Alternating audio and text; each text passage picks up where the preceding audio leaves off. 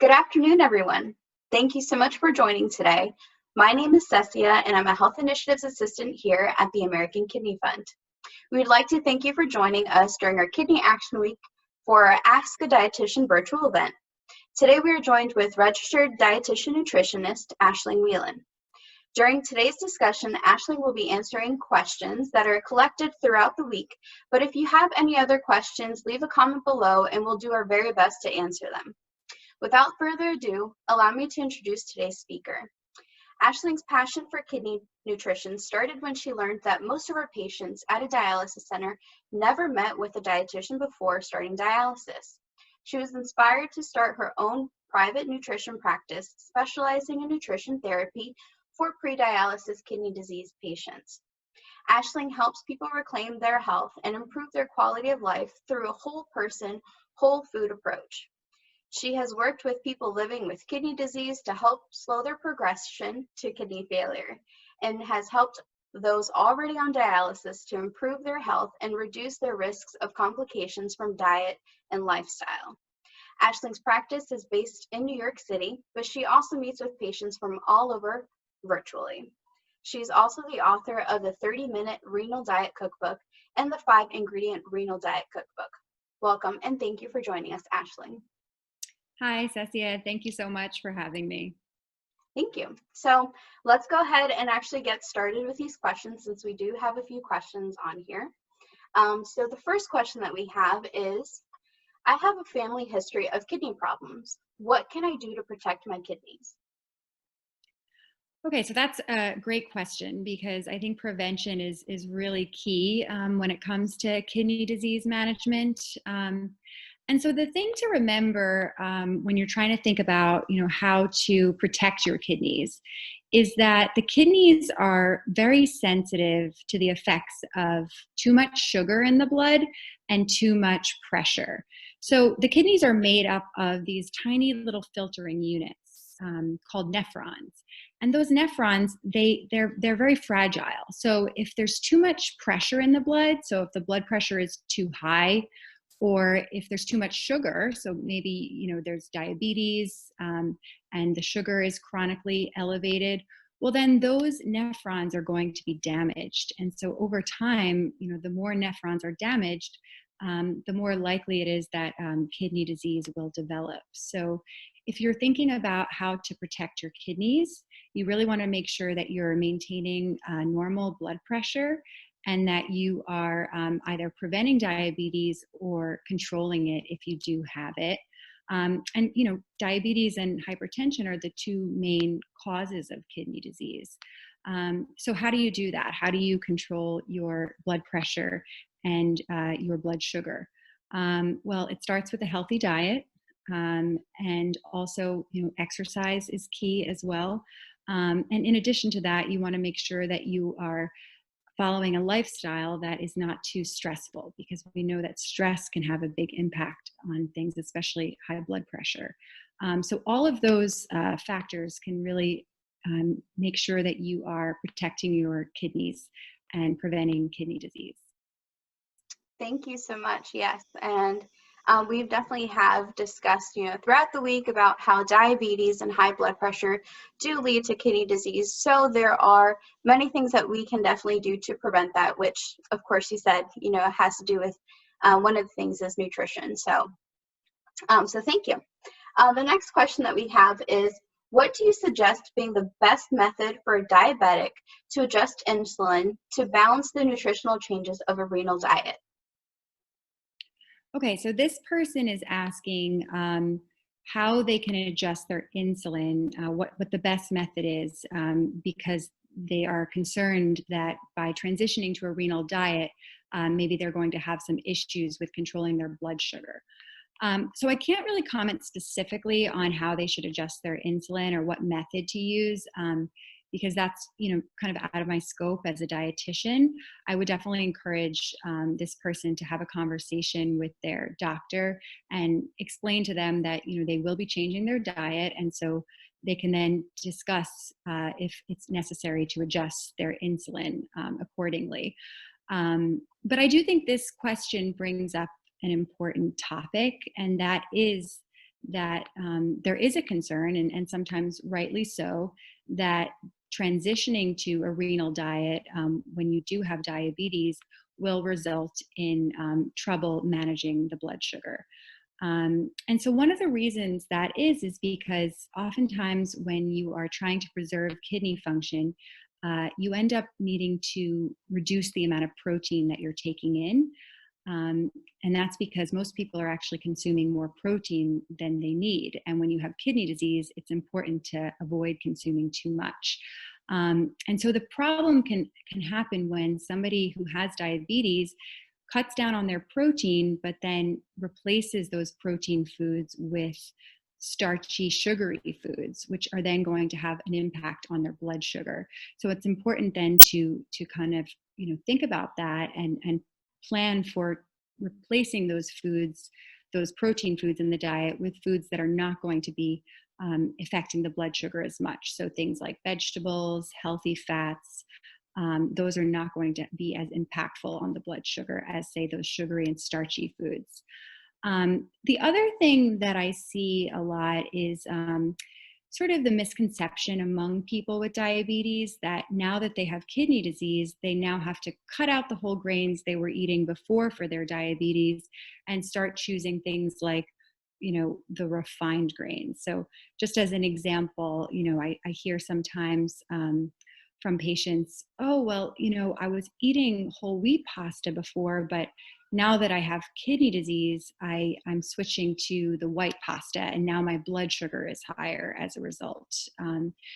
So this is a common misconception, and it's totally understandable because the sort of traditional recommendation was to limit the whole grains and stick to the refined grains.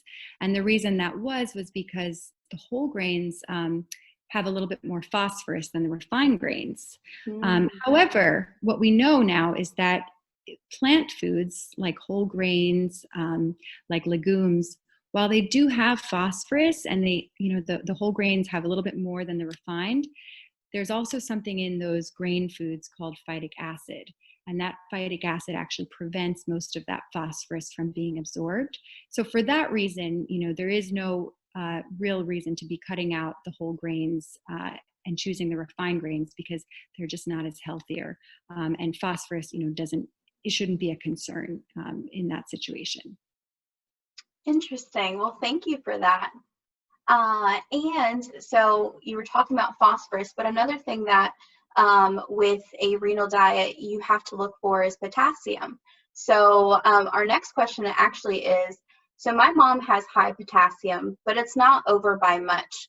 Can she have a cheat day and relax on her diet within reason? Okay, so that is a fair question, because it can be really difficult to adhere to a strict low potassium diet, especially when oftentimes you're looking at other things, right? So that person is probably also trying to control their sodium intake, maybe their fluids as well. Mm-hmm. So it's understandable. Similar to the last question, I can't make specific recommendations about this case because I'm not really sure of the whole story. However, it's quite possible that, if your potassium is borderline elevated, that there are things that you can do to maybe bring that potassium down that don't involve completely overhauling your diet. And this is because, there are other things that actually contribute to high potassium in the blood that don't involve diet. So I always tell patients, to sort of explore those other factors, because then maybe it might allow for some wiggle room and might allow you to liberalize the diet somewhat. So an example would be constipation. So the interesting thing about the body is that it always sort of knows how to kind of make up for issues that are happening. So for instance, when the kidneys are impaired, and this happens especially in the later stages of kidney disease, they're not able to excrete the potassium as efficiently as they were before. So they're not able to get rid of all that potassium that someone is taking in from their diet as easily.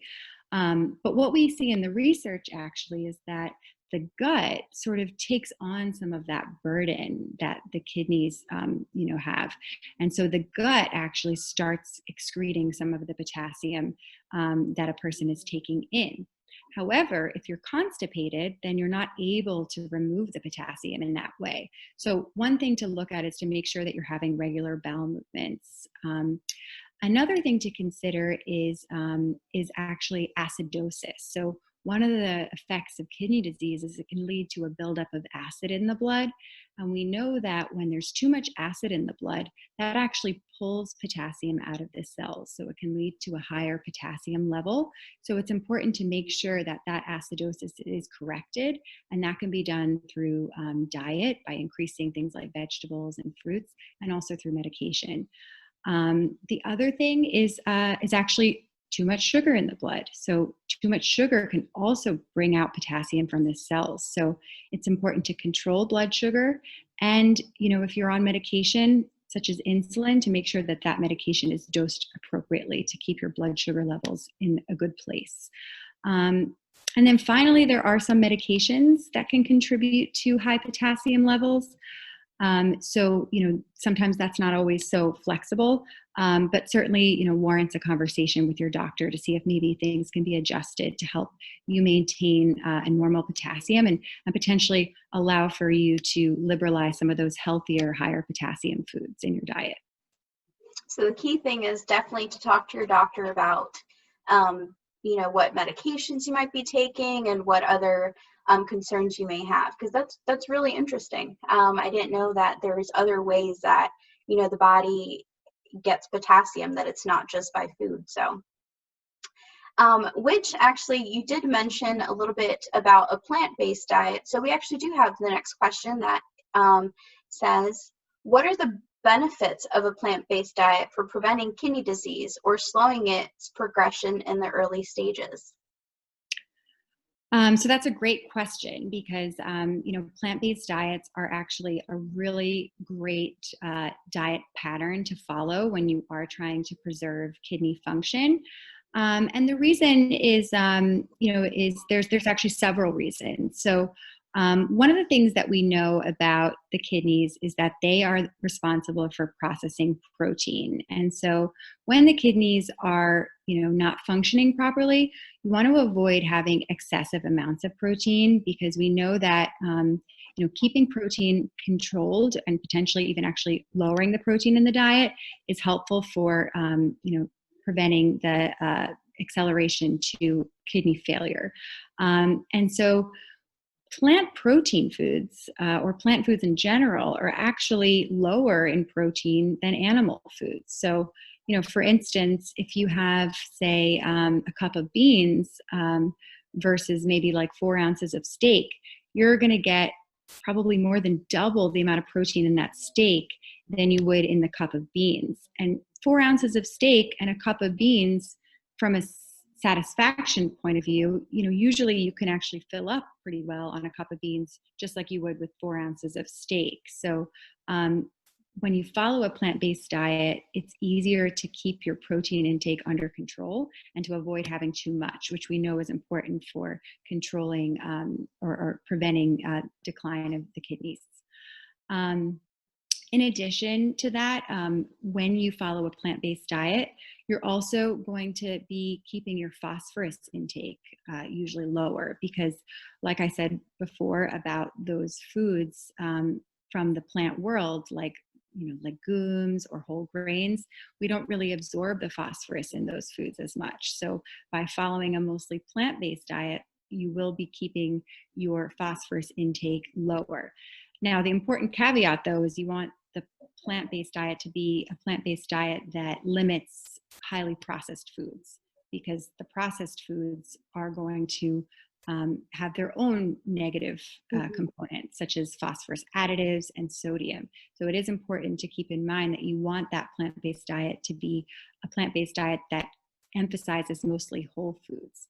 The other way a plant-based diet can be helpful is because plant-based diets are going to naturally keep the acid levels under control. So many people with kidney disease are taking sodium bicarbonate, and that's to keep their acid levels in their blood under control. But we actually have pretty good research to show that eating plant foods like vegetables and legumes, that actually also helps keep the acid levels under control. So we know that acidosis is a really negative thing that happens in kidney disease, and it can accelerate kidney damage. So you want to keep that acid level under control. And then finally, and probably most importantly, a plant-based diet includes lots of anti-inflammatory foods. It includes things like vegetables. It includes things like olive oil. And we know those foods reduce inflammation in the body. It will naturally keep fiber up, and we know that that's going to promote good gut health, which in turn actually helps keep the kidneys healthy. So when you choose foods and you follow a diet pattern that is anti-inflammatory, that's a really good way of keeping your kidney function in a good place, because we know that kidney disease is an inflammatory progressive disease. So we want to be helping to reverse that by choosing the right diet pattern. Thank you. And actually, following along with plant-based diet, our next question asks, are there any plant-based foods that can provide daily protein needs? So like you said, such as beans, but are there other things? And should your protein requirements stay the same at all stages of kidney disease? So actually, yes, there are many, many plant foods that that provide protein. And typically, actually, what I see in patients who are dealing with some of the earlier stages of kidney disease and are not on dialysis, where they need to be keeping their protein intake even lower, even on a plant-based diet, a lot of them are actually taking in more protein than we prescribed. So, it's pretty easy to keep your protein intake at a place where you're meeting your needs, and that's because many, many foods of plant origin do contain protein. So we mentioned beans. In addition, you get some protein from nuts and seeds, including nut butters. So peanut butter, almond butter, both provide protein. You also get protein from whole grains. So things like bread actually provides protein when it's the whole grain bread, lesser when it's the white bread. You also get protein from something like quinoa. So the protein can actually add up quite quickly on a plant-based diet. So, but obviously to a lesser extent than with an animal protein-based diet. Okay. Well, I mean, that's Oh, really and interesting. sorry Uh-huh. to interject. The second part of that Mm-hmm. question asks about whether protein needs should change on a Mm-hmm. renal diet. And the answer to that is that yes, protein needs do change. And actually, very recently, we had the release of the Renal Nutrition Guidelines, which were a compilation between the Academy of Nutrition and Dietetics and Kadoki. And so they looked at the research over the past several years on the renal diet and how it related to kidney disease progression. And what they found was that a low protein diet or a very low protein diet supplemented with amino acids was effective in reducing the risk of progression to kidney failure. And so in those stages, it's important to make sure that you are limiting the amount of protein that you take in. And then for people who are, with kidney failure and they're on dialysis, the recommendation is that they include a little bit more protein in their diet. And that's because the dialysis actually removes some of the protein during the process of dialysis. So it's important to add some of that protein back into the diet so that they don't end up with malnutrition. Well, thank you for that. And so this actually goes along with our next question, which, as a reminder to all of our viewers, if you have any questions, feel free to leave your questions in the comments and we'll do our very best to get to them. But this question actually came from one of our viewers who already is on dialysis. So why are grapes okay as a low potassium fruit, but raisins are not? Okay, so this person is probably a bit confused because it's they're looking at raisins and they're like, well, raisins are made from grapes, Mm-hmm. and raisins are on the high potassium list, and then grapes are on the low potassium list. So it's important here to sort of clarify how foods make one list or the other.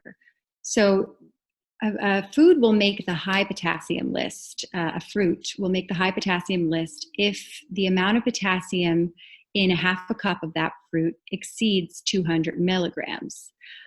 So when you have a half a cup of grapes, you will be eating less than 200 milligrams. So that is why it is a low potassium fruit.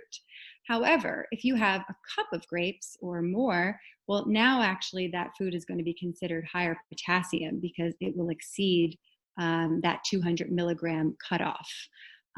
So with raisins, it actually requires several cups of grapes just to make 1/2 cup of raisins. So when you eat a half a cup of raisins, it's like having several cups of grapes, which we know That will makes sense. have a lot of potassium.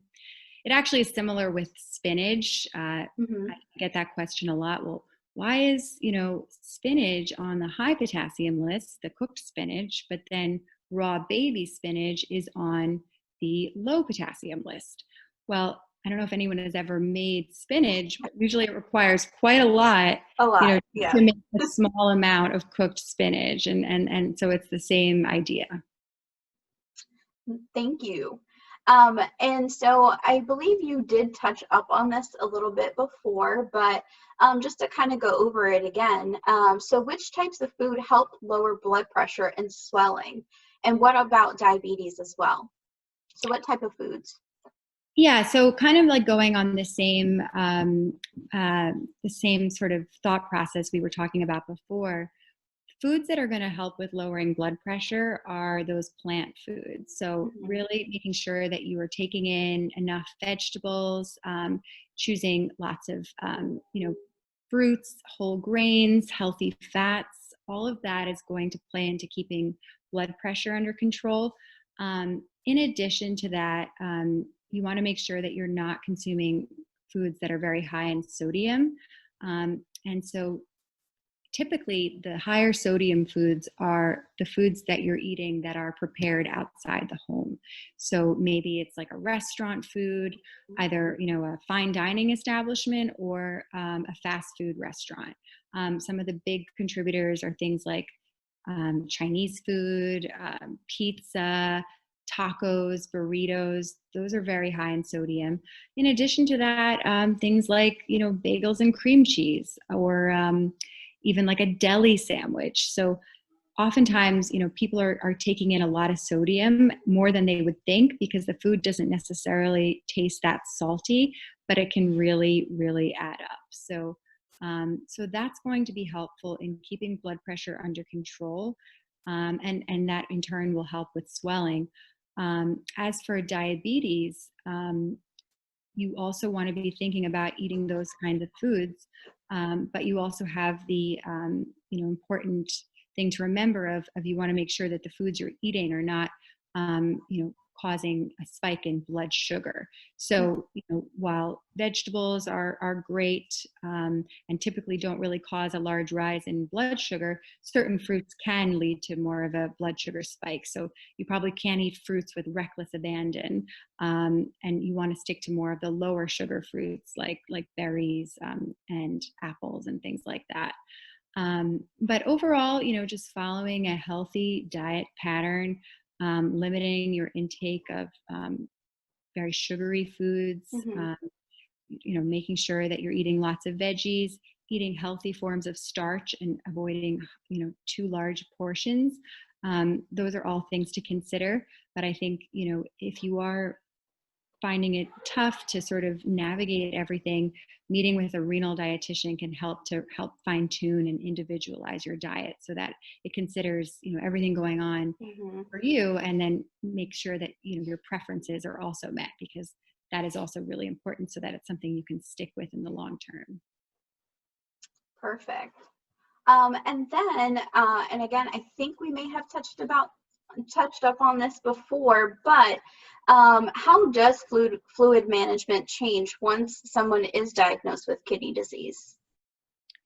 So with fluid management, there's no like hard and fast rule for, how much fluid you should take in when you are, say, first diagnosed with kidney disease. Like, Mm-hmm. if you're diagnosed with kidney disease, maybe at stage 3, there's not like a specific fluid allowance.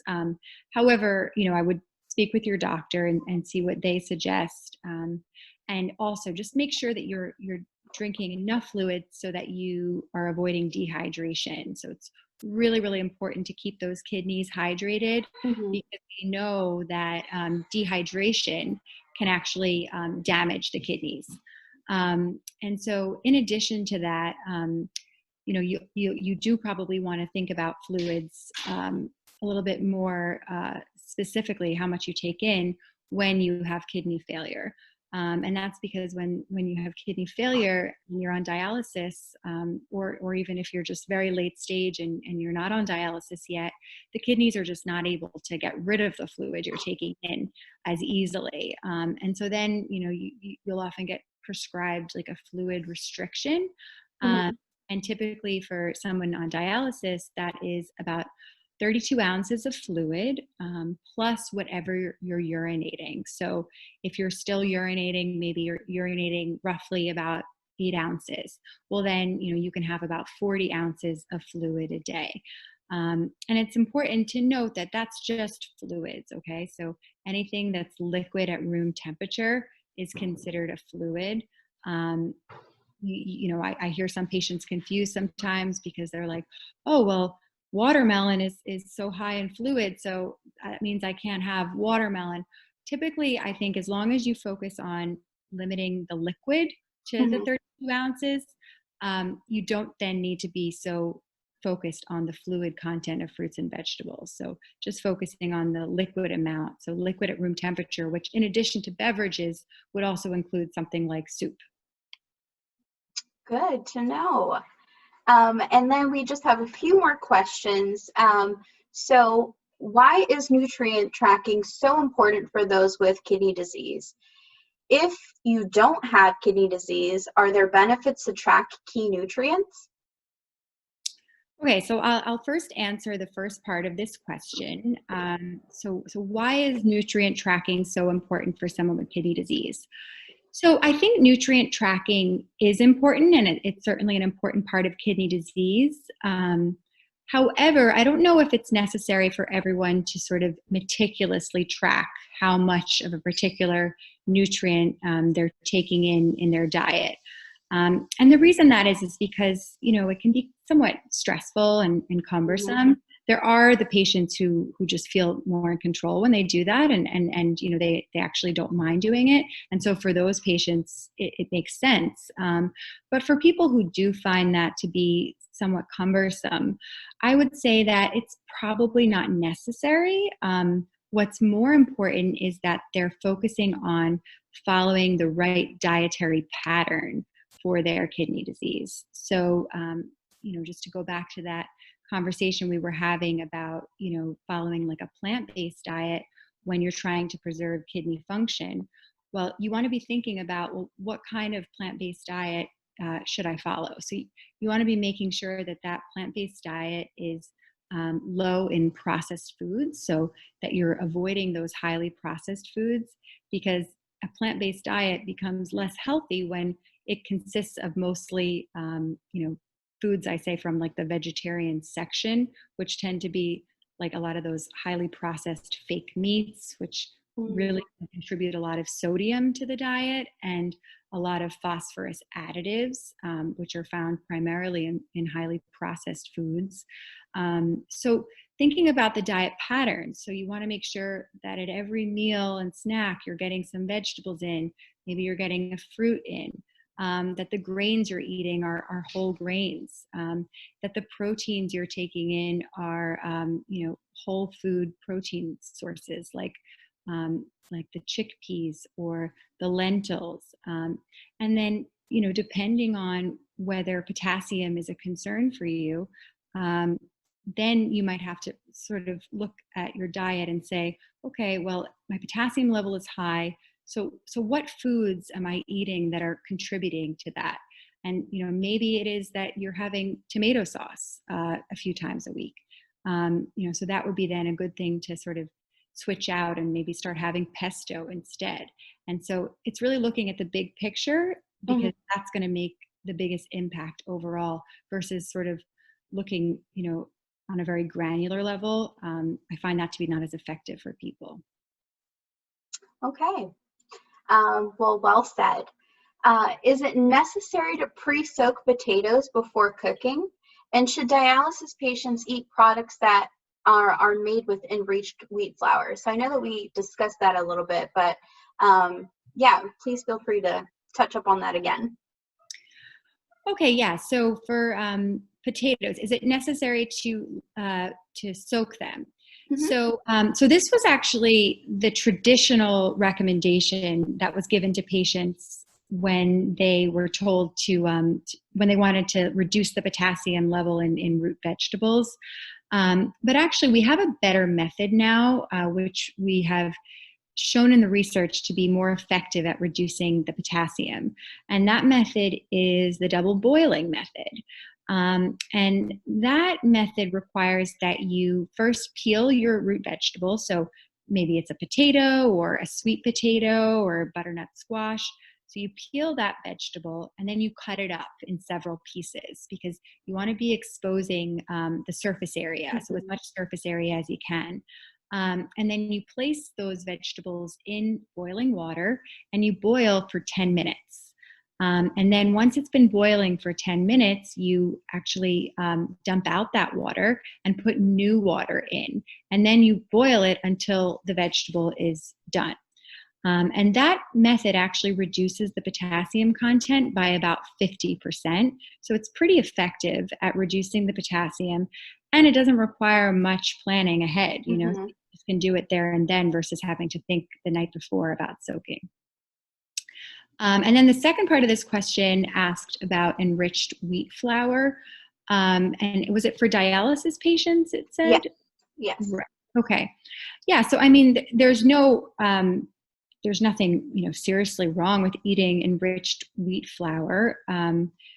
But I tend to see enriched wheat flour foods, in like baked goods or refined carbohydrate foods, like, maybe like crackers or cookies. And again, there's nothing necessarily like wrong with having those in your diet to some extent, but I think the important thing to think about the renal diet sometimes is it's not so much about what you take out, but it's about what you put in. And foods that are, consisting of something like enriched wheat flour, they're probably not going to be under the category of anti-inflammatory foods. And so it's not necessarily that they're so bad, but it's when you're eating a lot of foods like that, it tends to displace some of those other more healthy foods, like those anti-inflammatory vegetables, for instance. So by maybe taking out some of those foods or limiting how much you eat, it saves room then for the foods that are going to be more healthy for you and are going to sort of help reducing inflammation, which we know is so important in a disease that is chronic inflammatory. So that's really what I would say about enriched wheat flour. Okay, so from what I'm understanding, it's the key point is it's okay, but it's still always good to kind of limit that and stick more with plant-based and, whole foods in that way, right?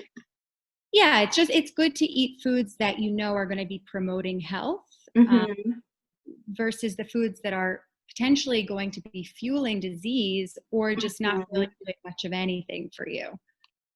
But, there's a balance, right? Because, for instance, maybe foods that have enriched wheat flour would be like in a pastry, right? That would be mine for me. And maybe you just love danishes, like apple danishes, and that gives you pleasure. Well, it's important to find room for that too, because, food is a pleasurable thing. And we know that stress is a big player in disease. And so if you totally take out all of your favorite foods, well, that's going to be pretty stressful. Yeah. That can then be doing more harm than good. So that's why it's important to find, the balance and try to find ways to incorporate more of these healthy foods and healthy meals in your diet, and make sure that they're enjoyable for you. And then, still allowing maybe some room for those foods that you really enjoy, but aren't necessarily, helping with your meeting your goals. But that, having a small enough quantity of them isn't going to sabotage your goals. Well put. And then our final question that we have is, so what foods should I avoid if I have kidney disease? And where can I find diet plans to follow?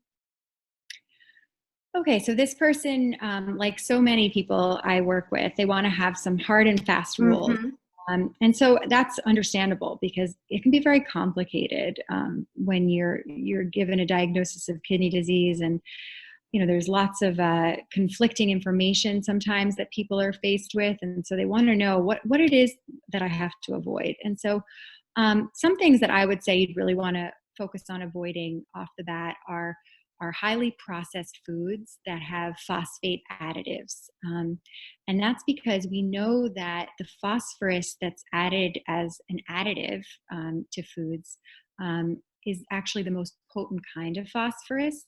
And we absorb 100% of that phosphorus. And we know that when people have kidney issues, they can't really have that much phosphorus in their diet because that phosphorus can actually build up and cause problems with the blood vessels, with the bones, and it can really increase mortality risk. So it's important to keep your total phosphorus intake down. And the best way of doing that is to really avoid those foods that have that highly bioavailable form of phosphorus. And, unfortunately, they're sort of ubiquitous in the food supply. So you just have to be a detective and check food labels in the ingredient section and look to make sure that there is no phosphorus additive in there.